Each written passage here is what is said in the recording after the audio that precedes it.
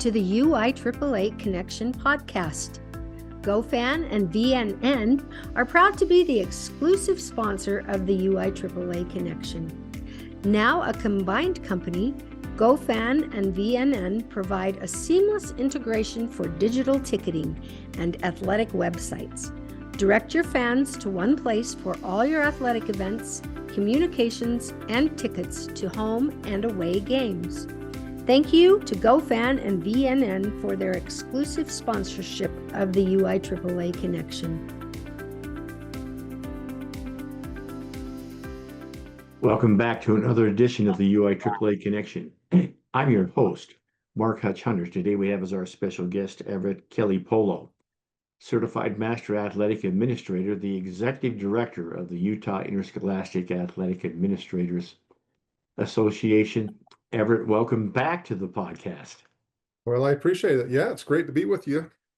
Of course, I call you a lot anyway, but Well, not a problem for those who are not aware. If you, this is Everett's second time on the podcast, so the questions will be a little bit different than what you're used to hearing. For those who want to get the background on everything in his life, just reference yourself back to the April 9th episode in 2021 when Everett appeared as a regular guest. I have him on the podcast today, following up when we had Phil Risen from the NIAAA a few weeks ago. Let's get right to it, Everett. Let's have you talk to our audience, both here in Utah, across the U.S., and internationally, about your recent visit to the NEDC Summer Summit in Asheville, your first time attending the Summer Summit. Talk about the NEDC and your role in it now that you've taken over. Yeah, we were right there in Asheville. Of course, all I can tell you, it was extremely humid there. Like says, we actually got a little bit of rain during that time too, but Asheville is a beautiful place. I mean, it's just a wonderful, wonderful place. And I think the big thing for me was probably more to do with the camaraderie and the networking that went on. I mean, as you're well aware, there are just a lot of folks like that have a lot of knowledge. There's a lot of institutional knowledge within that executive director rank. I think one of the things that really stood out to me was when you talk about the camaraderie. Every morning, Rich Barton and Carol Dazabrin, yeah. And then Mike Elson, we'd always go on our little hikes, our little walks in the morning, that type of thing. Those guys are tough, by the way, because like we were going up and down those hills. And that's what's beautiful about Asheville. You go up and down those hills. But it was great to have that networking opportunity to be with, three pretty powerful people, huffing and puffing and going up hills and down hills. At least I was huffing and puffing. They probably weren't as much. But that was, our good friends like Daryl Nance. I mean, just to have all of those folks just in one place to share a lot of experiences, best practices, and those type of things. You and I have been talking about this, but we've had a lot of conversations about a membership officer. And so I was actually talking to is it Karen? Yeah, Karen Lanier, and from Michigan. And we started talking a lot about just anyways, her best practices and why they have and job descriptions of a membership officer. And I asked her a lot of questions about what she does, because apparently they have a huge membership up that way. Plus they have a lot of schools, but it was just great to sit down with her and just to get her knowledge base and just to help us out. But also at that conference, we did a lot of sightseeing, went to the Biltmore, went to the Omni House, and I think it's called Garden Park Inn. Anyways, just beautiful places back there. Here in Utah, we deal with a little bit of drought here and there. Back there, like I said, I don't know if they even know what drought means, but it's just a beautiful green rolling hill place. But yeah, I will tell you, like this is part of being just having that experience with that group. I mean, just the pure networking of it was awesome. So I really, really enjoyed it. Allow me to ask you this then, and of course we had talked numerous times in the transition between myself and you taking over for the UIAAA. was it what you expected? Was it different? I c- I speak because I was there with the original 11 back in 2002, and of course the the very first meeting in Indianapolis was without spouses. Wasn't anything like it is now, where we're traveling across the country to different sites. But was it like you expected? Was it a surprise? I know that you probably weren't surprised about the give and take from everybody, because that's part of the reason for the conference. But to talk about that for a moment. Yeah, I've watched you, Alexis, obviously when I had applied for this position, I've seen some of the things, but it's like anything else. Uh, you don't really know what something's like until you have that experience, and appreciating more and more now of the job you've done, because we've actually increased the number of board members that we've had. You and I had this conversation, and this was, I think, when I was president, because we were talking about opening the position, and I had made the comment. I says, "Well, Hutch, whoever takes this over," because I didn't know I was going to apply either at the time, but I says, "Whoever takes this over, we're probably going to have more people." Like, says, "You were doing a job that was huge," and like says, so it's been good to have more people involved with it. But I will tell you, Alexis, when you ask us, was it what I expected? I think every job I've ever gone into as an administrator, as a principal of a junior high, high school, being here at the district level and that type of thing, I don't know that I've ever really totally understood what to expect. But when you get in, you definitely appreciate those people who put the work and effort. And like I said, and again, from what you what you started with and what it's become. I mean, I think that's just such a phenomenal testament to, it takes a lot of hard work, a lot of passion behind it. And then you and I have talked about that too. So anyways, kudos to you. Thank you for making that happen. I appreciate your kind words. You spoke about how they have no drought in North Carolina. I'm interested, if you got down the hill from where you stayed, from I understand talking to Roy, because down the hill, probably a couple of miles, is where they had all that devastation um, earlier in the year. And there was a time when some of us were asking Roy, are we still going to be able to go to Asheville? And he said, well, we're up higher. But I'm just wondering if you got to see that, and what a tragic thing that would have been to experience.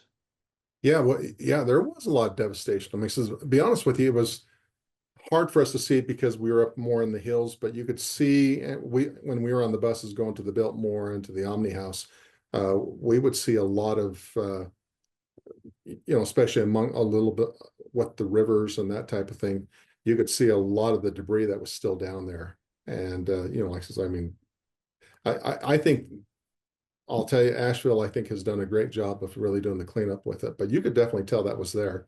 There was one river we passed by. I think I was with Rich Barton and his wife, and we were passing by. But the rivers are definitely huge. Um, Mm. but you could definitely see on the side, like the debris that was still around. Usually, the wood and all that type of stuff. But when you go into the town itself, yeah, you didn't really, like, since it was further up the hill, you didn't see that as much. And we saw a lot of historical places up that way, and so it was really just a fun experience. But I was expecting the same thing. I thought maybe we would deal with a lot of like says, there would be cars overturned and that type of thing. But Mm. probably more in the river bottoms you would see some of those things, but not necessarily in the hills where we were at. Perfect. Let's switch gears a little bit now, and I want you to talk to our audience about the trips to the section meetings you've been able to. No, section meetings wouldn't be correct. The trips to different states, as people should know, you also serve on the NIAAA board, and as representing Section 7, you're able to travel to Nevada, Hawaii, California, and Arizona. So talk about some of the trips you've been able to take as a representative, not of Utah, but of Section 7. Yeah, I've had the great opportunity to be at, I was forced to go to Hawaii, obviously, Mm. and Hawaii back in 2023, and then 24 I went back. We went to Kona, but I think it was 24. Also, I went to the Nevada conference, but uh, it's interesting. And like I said, I just a few weeks ago, I went to the Arizona conference, but each one has, I'm like, I'll tell you, it's a fun experience because watching how people run their conferences, the membership, and it was nice because I grew up in Arizona. So when I went down there, I got to see a lot of people that I knew that were in some of the neighboring towns when I was growing up. So that was a fun experience. And like I says again, how they do their LTI classes, how they frame their conferences. I thought that was great. Hawaii, it was interesting to me because both being in Kona and Kauai, they have a delegation that I'm like, so they get great attendance at their conference because like says they have a delegation from each school. They vote on their overall, I'm like, what they're going to do as an association, but also what they're doing as an association with athletics. So they work hand in hand with their state association to make that happen. So that was an interesting field. This kind of likes to see how they operated. Arizona, obviously, been to Nevada's. We were up in we went to Reno, and they MLSs just do a wonderful job. But each one, I felt like I always came out of something saying, okay, that's something we can do in our state. And I know a lot of them have come into our state and have watched what you've done over the years. But in Arizona, I was talking to Renee Rigoli, and she's planning to she's going to send two people up to our conference, but she really wants to take the time to be able to have people visit each of the conferences. The only one that I've had, and I don't know if you've ever had the opportunity, but I've never been to the California one. And I think that's mainly because they do their conference right at the same time we do ours, right there in April. Right. I was able to go to California's. Oh, this has been, well, how long it been? This has been before Bruce was the executive. It's back when Kovaleski was in charge. Oh, yeah. And I was able to go to the California conference because the section meeting was held in conjunction. That was back when we held the section meetings and we would trade off each conference. But you're right. It's usually the same weekend as ours, or sometimes it's the weekend after. And so I've only been to the California one once. I've been to Nevada's, 4 or 5 times, Hawaii a lot of times, but I've never been to Arizona because it's always the same weekend of the Oh, coordinators meeting in Indianapolis. So I'm glad you were able to go to that. Let's have you share with our audience now the changes, if there have been any, in the UIAAA office, so to speak, since last year. Part of the reason I have you on is you are the executive director of the UIAAA. Like I said, Phil is now a 3-time guest because I plan on having him every year as the national executive director, and I plan on having you every year as the state executive director. And so, not really a state of the union address for the UIAAA, but talk about, and you had mentioned um, membership earlier. About, I know that's one of the changes coming up, and you've advertised for. So I'll give you a minute here and just talk about changes that have happened in the UIAAA. yeah, I'll start with the membership officer. We have presented that to the ADEC. We also sent an email out, like is just advertising it, and I've had quite a few people call me so that are showing some interest in that particular responsibility. But really, our hope is with the membership is to continue to increase. As you well know, like but many might not realize out there that we have had a tremendous membership, and like I said, even as high as 158%, which means that since we have 158 schools, that counts for each school is counted within that particular count. But when administrators get involved with it, other administrators, such as vice principals or principals, that really helps out as far as the membership is concerned. But yeah, some of the things that we've done is like there's been obviously a changeover that each year that we meet in the conference, we usually get a new president-elect, and a new past president. But our current president is Wendy and I, and she's doing a wonderful job. As a matter of fact, we got these vests I've got right behind here, and it almost got too warm. It's almost too good because, like I said, but anyways, that was one of the gifts that she wanted to make sure that we received as ADEC and board members. So Wendy and I is the president. Our president-elect is Jesse Roberts from Spanish Fork High School. And then our past president is Andy. And Andy also is our LTI, or excuse me, our certifications coordinator.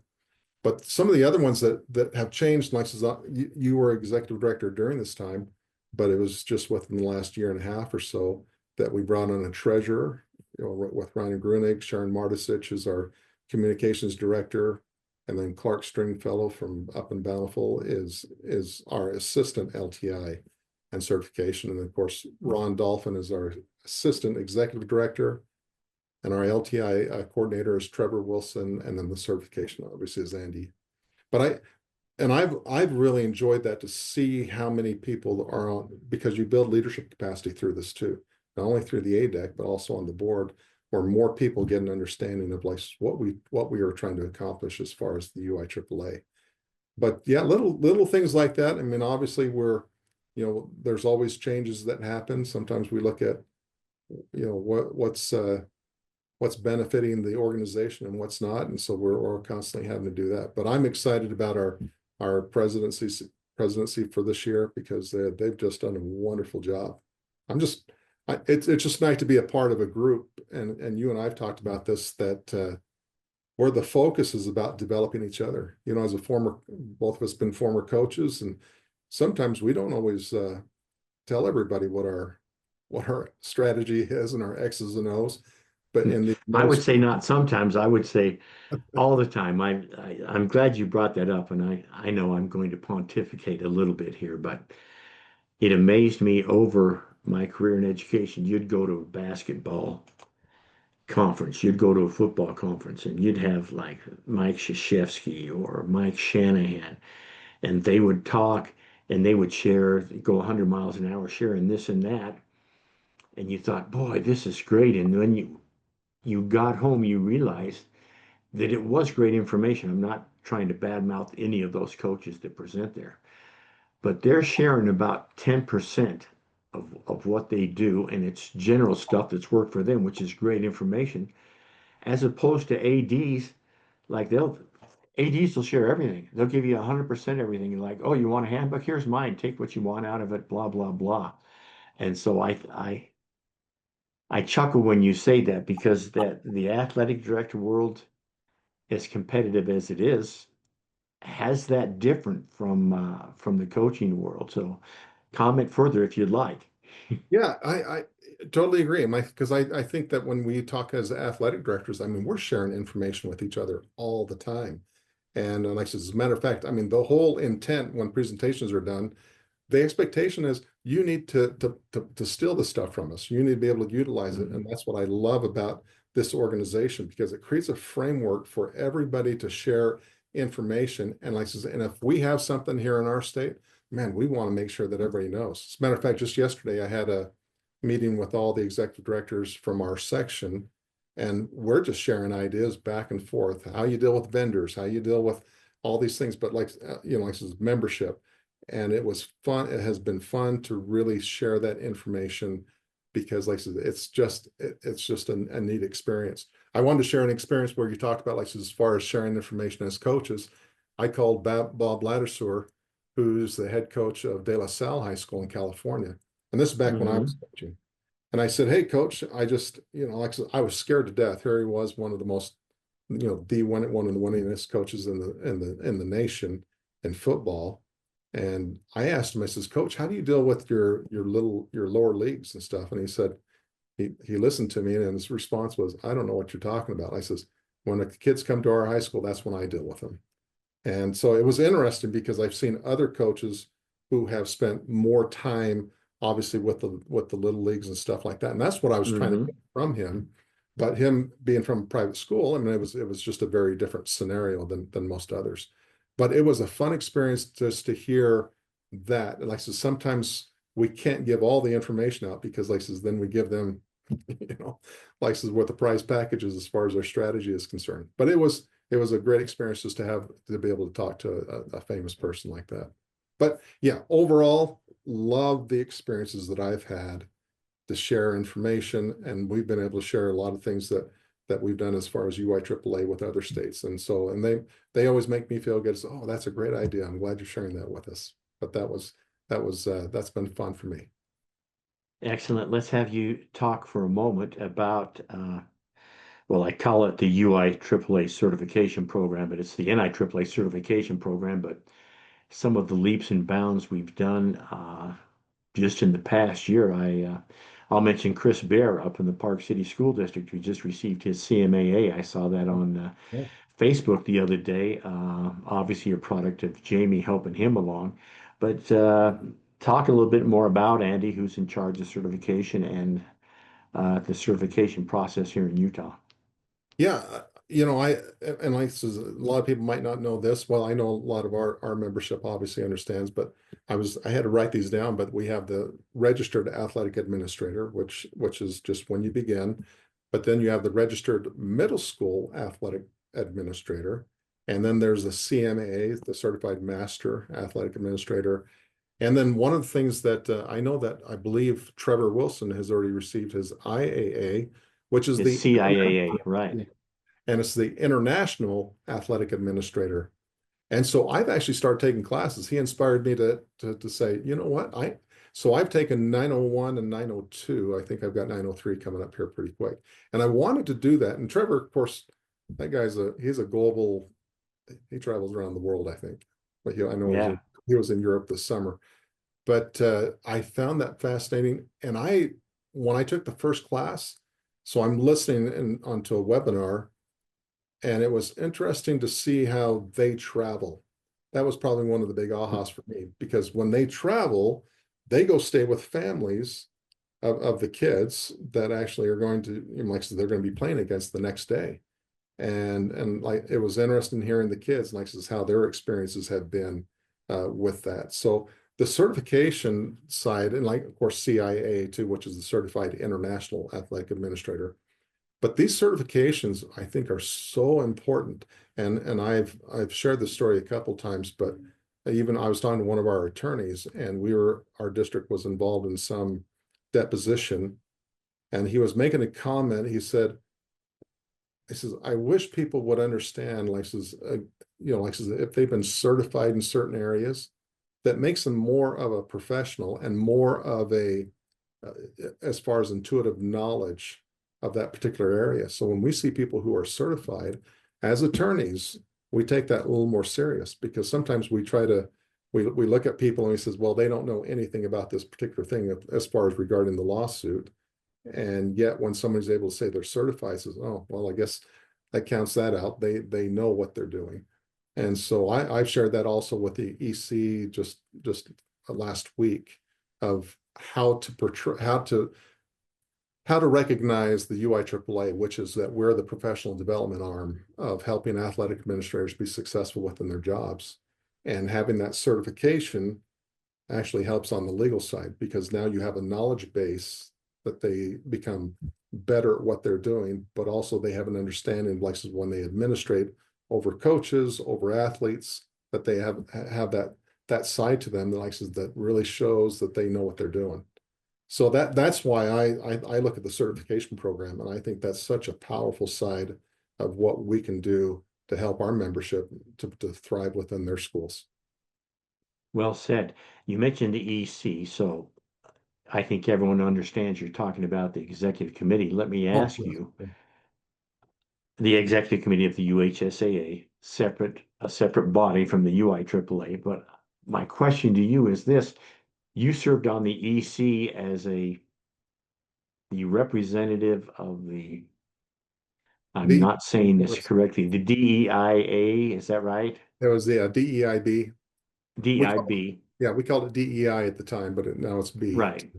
Yeah. And so I'm interested in how you saw the committee as a member of that, because it's like we laugh, all of us because you're technically a minority, Pacific Islander, but you've always just been Everett to us. But my point being, is it different now being on the EC as the executive director of the UIAAA, as opposed to just being a representative from another committee?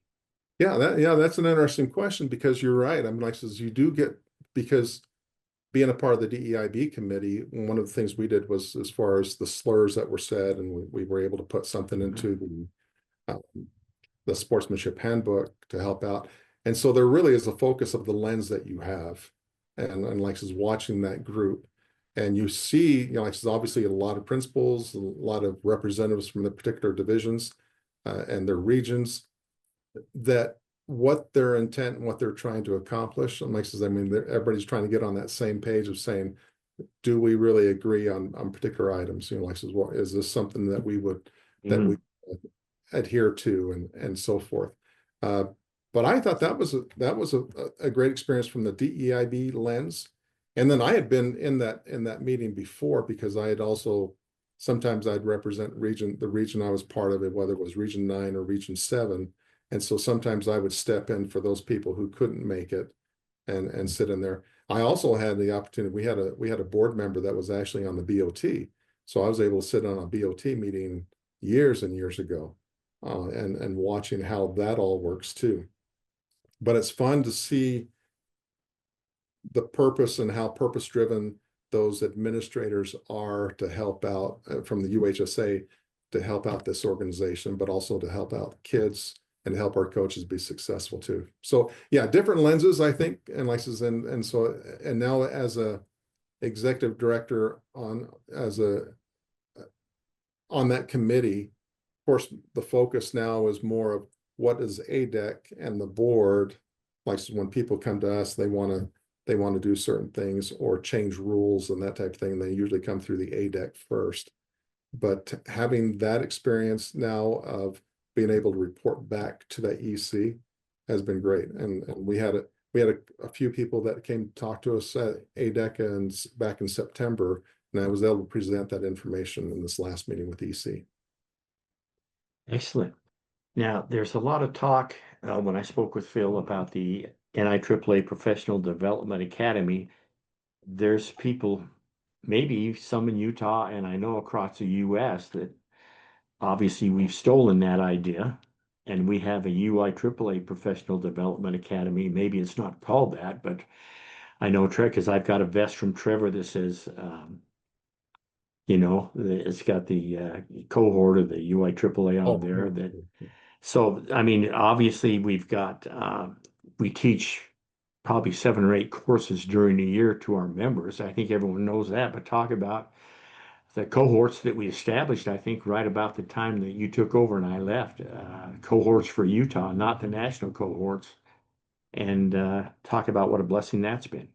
And that's been huge for us. So we, what you're referring to is the mentoring cohorts that we've been doing. Boog has been running one cohort, and like I said, and so some of the other cohorts, I know Trevor and Jamie have both been running some of those. What I love about this is, again, the very thing we talked about at the very beginning, which is trying to help each other be successful in our jobs. And what I like about this is that they read books together, they share information, share stories about what they're currently working with. I was working on my master's degree at BYU, and we used to call them war stories. So we, as we were interning at our schools, we would come back with these stories of experiences that we've had, and and just sharing them with each other. And it would really kind of help us become better through our administration too. And that's what I feel like that's what these cohorts do for us, is they give us an opportunity to really share a lot of information, but it's more in a focus and concentrated. Sometimes we receive information going to the conference, or I'll call somebody up and says, hey, what is it that you do over there that works in your district or your school? And because we'd like to use that also with us. And I found that, again, that sharing of information is phenomenal. And I think that more than anything else, what we do with these cohorts, these mentoring cohorts, is they're just great information, especially if I'm a new athletic director. Can you imagine, as new athletic directors, if we had the opportunity to, we were still, I think during our time was probably still trying to figure out, says, okay, I don't know who to talk to. I'm just going to figure this out at some point or another. But now we're able to get more of that information earlier on and saying, hey, here's some things that you need to be aware of. Talk to your administrator about this. and also the books that they read together. I mean, I love it. And I think that we've heard a lot of responses back from our athletic directors, who, especially the new ones, who have said, thank you for providing this, because this has really made a difference for me. Yeah, I can only imagine if I didn't have somebody right there to help me through the process. And so I think it's been great. Well said. Let me ask you to share your observations about the most recent NIAAA conferences. So that would be, 3 years ago in Nashville, the largest one ever. Obviously, we went to Orlando after that, then just this last one in Austin, and then maybe put in a plug for Tampa, because you've had that experience of being at those, the last two being on the board, which is incredible. But share your observations about that. Yeah, I think this goes back to, I think, what we're trying to create here in the UIAAA, and I think what's been established during your time, which is, again, I think it's just meeting together. And I'm like, the networking, rubbing shoulders with people who know what they're doing, who've had some of those same experiences, or share ideas, or they learn from us. I have just found going to the conference is just one of those. I don't know if you want to call it a refresher course, a rejuvenation, but there is something about going there that's so different. And I think I've shared with you in the past. I've been to a lot of conferences in my life, especially as a principal, as different responsibilities that I've had. I've been on a board, a hospital board. I've been on different things throughout my life, and I have found that these conferences it's so personal, and these are conferences that it's not passive. As a matter of fact, if you think you're going to sit back, you're wrong. I mean, we're going to find you, and we're going to get you involved. And there's so many committees to be a part of. And of course, some people, and you definitely will get what you're looking for. And so if you're willing to get involved, you'll find that it is one of the most phenomenal experiences. And I know our athletic directors within our district, they have felt so strongly about it too. So, and even our principals and our district administration have felt strongly about continuing that professional development, that they've allowed us to attend the national conference. And so I was, as a matter of fact, I was talking to, he used to be one of my vice principals. He's now the principal of our alternative high school. And he asked me, he said, hey, are you guys still doing that April conference? And I said, yeah. I says, do you realize that was probably the most information that I've ever had? He says, he says, I've been to and he's been to a lot of conferences too, because he says, most of the conferences I go to are, tend to be a little bit passive, and you take what you need and leave the rest type of thing. But he said, that was really probably one of the best conferences I've been to, because they got involved, and they went to the classes, they got to participate. It wasn't just one of those things where somebody pontificated from the podium. It was somebody who, they really got to share a lot of information. And so he was really impressed with that. And I told him, I says, what I need to do is, I says, I know he's in alternative high school now, but I says, man, if we could get you to go to the national one, you'd be blown away too, because there are so many that are part of it.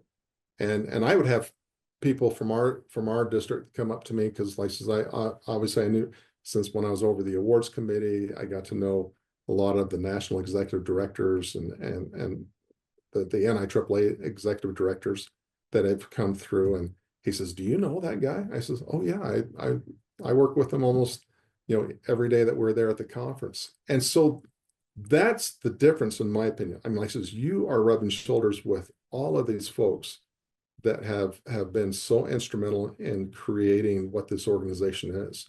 And I believe, again, when you first began the organization, and there must have been a very clear vision in your head that said, we need to get our people to that national convention and national conference, because once we get them there, then you begin to realize this is what is available to you and the resources that can help you be successful. So that's what I've loved about every conference. Now, of course, the places we go to, like Nashville, Orlando, and so forth. And again, I mean, those in Austin last year, I learned at Austin that there's a great little taco place there in Austin. So I relate Torchy's tacos. They're awesome. But that camaraderie, rubbing shoulders, developing yourself to become better at what you're supposed to be doing, I think that's been just awesome. But as far as, and so when people ask me about, well, should I go to Tampa and that type of thing, I said, I'm trying to see if I can, get some money together and stuff like that. And I said, it is worth your time if you just take the opportunity. But yeah, we, of course, we have, with Tampa, and that's coming up on December 12th through 16th. And I just talked to our national folks, and I says, it's going to be tougher to get into right downtown, like where we're actually based at. So they might have to find other hotels and stuff like that. But it's definitely expensive. So NIAAA does a great job of reducing those costs if you get in early on. But even now, Right. if we have athletic directors that, really want to become better at their job, that national conference is the one to be to. We will always talk about our UIAAA conference, but it's a little easier to get to that one down St. George than like to get to the national one. But if people want to say, I'm looking for an investment, this is an investment. That is well said. Let me just add to that if I could, Everett. You talked about attending that national conference. My first national conference was 1997 in Nashville. Oh, yeah. And it was the year that I was president, and it was I went out to get some donations from businesses because our association had no money to send anybody. And if you go back and look at the way our conference was structured when it was just a half-day conference in 97 and before, until then, that conference changed everything for me. And I think it changed everything for the UIAAA, because this will show you how anal I was. I got back, and so our conference agenda, I made it look just like the NIAAA agenda. It was in red, it was in blue, put our logo on it, our old logo. We had the first time we offered the CAA test at the conference, our conference, we had people show up and said, okay, I'm ready to take the test. And of course, they had no idea that there was a process to that. So they didn't take the test, but I think there were 6 there. I remember the very first past presidents meeting we had. I think I was there, maybe Dave Nordquist, maybe Joel Gardner. I can't remember exactly. And they said, okay, what do we do? I said, I don't know. But the NIAAA has a past presidents meeting, and so we're having a past presidents meeting. And of course, it's gone on from there. But what you say about the national conference is true, because once you get there, it's life changing as far as your profession goes. So thank you for sharing that. I want to give you a moment now to plug the spring conference coming up in Utah, the 2026 conference in St. George. Yes. So take Thank, over. thank you for saying that, Lisa. There'll be the April 15th through 18th. And we have Sandy Zimmerman, who's going to be coming in and presenting. She'll be our keynote speaker. And so she's been on the American Ninja. Andy actually is the one that talked about her, and we were able to book her through BSN and license. And so we're excited about having her. As far as the other pieces that we're doing, I know in the spring conference, we're going to offer, like the courses we're going to offer is 626, effects of alcohol, chemicals. I probably don't need to say each one, but 504, 716, 506, 719. We also have, like, as far as LTC courses, we have, we just did one in September that Trevor put together for us, and we did with 501, 502, and then 503 online. But we're going to offer 2 or 4 sets of courses on February 2nd, which will be 628, 720, 715, and 625. This just shows you, like, again, we are truly the professional development side of the organization, and like to help everybody become better at what they do. But what I love is, like, again, there are, like, and those are the type of courses that we'll offer obviously at our conference. We'll also have some actual breakout sessions. We'll recognize great athletic directors. We'll also recognize some scholarship winners, our students why we do what we do. But I was going to make a comment to you, like, and you've done it for a lot of years, but we were able to offer 5 grants to 5 first-year athletic directors or new athletic directors to go to the national conference, because that's how strongly we feel about it. I mean, the board felt so strongly that says, hey, if this is if we're going to build our organization, that is something we have got to take serious. And you always have. I mean, like I said, that's been a huge part of what the organization has done to help our membership have that opportunity and experience. Well, you must be doing something right because we could only afford, well, I remember in the old days when we couldn't afford it, then we sent 2 to 3. If you're sending 5, then obviously our business partnerships are doing well. Obviously our association's doing well, but I applaud you for moving it up to 5 because that's just another way to give back to the members, which has always been my mantra and your mantra still, because it does you no good if your association makes money. If it makes more money, then find a way to give it back to the members. I know that our state conference has been reduced from what it was, a bigger reduction if you're certified. So thanks for bringing me up. This is usually where we end, and I usually say, Everett, what question should I have asked you that I failed to ask? But since I've already asked you that years ago, I guess since we're talking about the UIAAA, so what did we not cover that you want to mention before we wrap this up?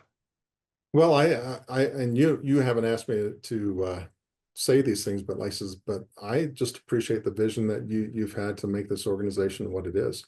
I look at even our relationship with the UHSA, with the NFHS, with the NIAAA. I mean, you've created a cohesive side places that we all count on each other to thrive, but yet we can still do well even on our own. But that synergistic side to it, I think you created you'd probably call it, you created a monster, maybe. I don't know what it's really called. But I do recall the first time that I ever met you, and I think Doug Snell had told me, says, because I just become the district athletic director, and says, Everett, you got to come down to this conference. But I remember right off the bat, I thought, oh, well, okay, I'll go to the AD conference. I'm sure they just golf most of the time and probably have dinner together. I mean, that was my honest understanding of what UIAAA was, because I just didn't understand it at all. Now, obviously, I've been a coach for quite a few years, but when I went down and I saw how busy you were, and I kept going around, and Rich Barton I knew because we went to college together, and I saw him down there. But he even made that comment. He says, Everett, you're not going to be able to sit back. This is one of those things where, not that I was asking to do that, but he just said, you'll find that this is an organization that says we need you to get involved. And I've shared that same story over and over again to everybody else that I've talked to. I says, this is an organization you want to get involved in, because you'll find that says it'll create this connectedness to everybody. But yeah, so thank you. And like I said, I think that this has been just one of those pieces where an organization that I've been proud to be a part of, but like I said, but also have the experience of saying, wow, I want to be part of, even as we move from here, to continue to watch it grow and to be a part of that. So thank you. But I'm thankful for that organization. The framework is all there. I says, of course, I've told you before, I says, I just want to make sure I'm not the one that screws it up. Well, I certainly appreciate your kind words, but I need to say this as you gave me the compliment. It's yeah, I may have been the face that everyone saw, but there's been so many people Good that have point. helped build this. But the thing that you brought up, I think is important. You got to remember, back when I took over as the executive director in 1999, I think we had one person on an NIAAA committee that he just stepped off. So we had no people on NIAAA committees.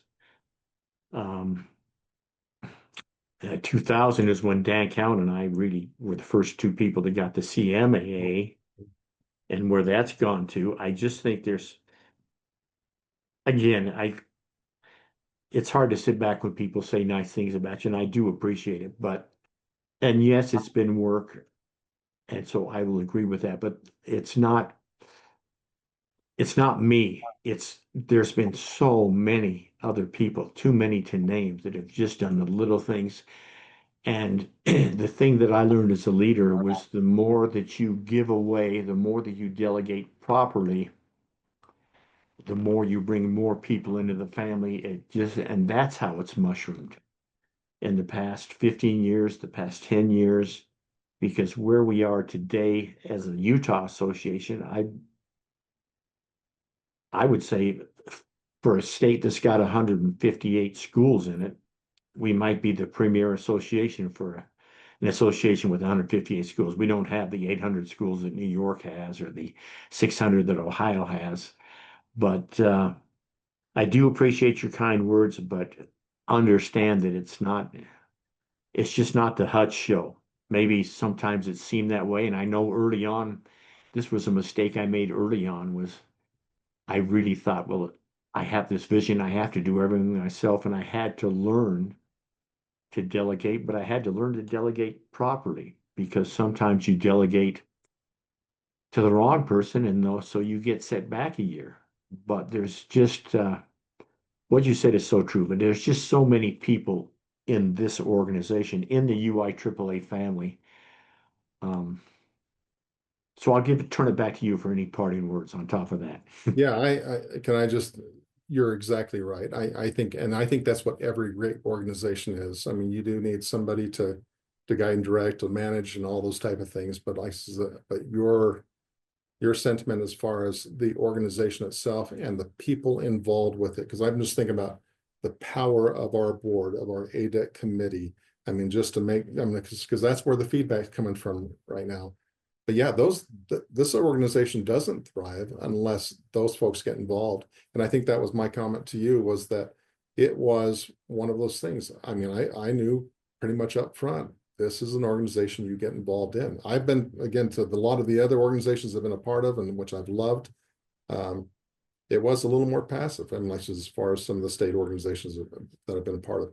But this is about, like, says, getting people involved, and like says, you build that up, and like says, and so when any one of us leaves an organization, if the organization continues to thrive, I mean, that's a testament to what was done before.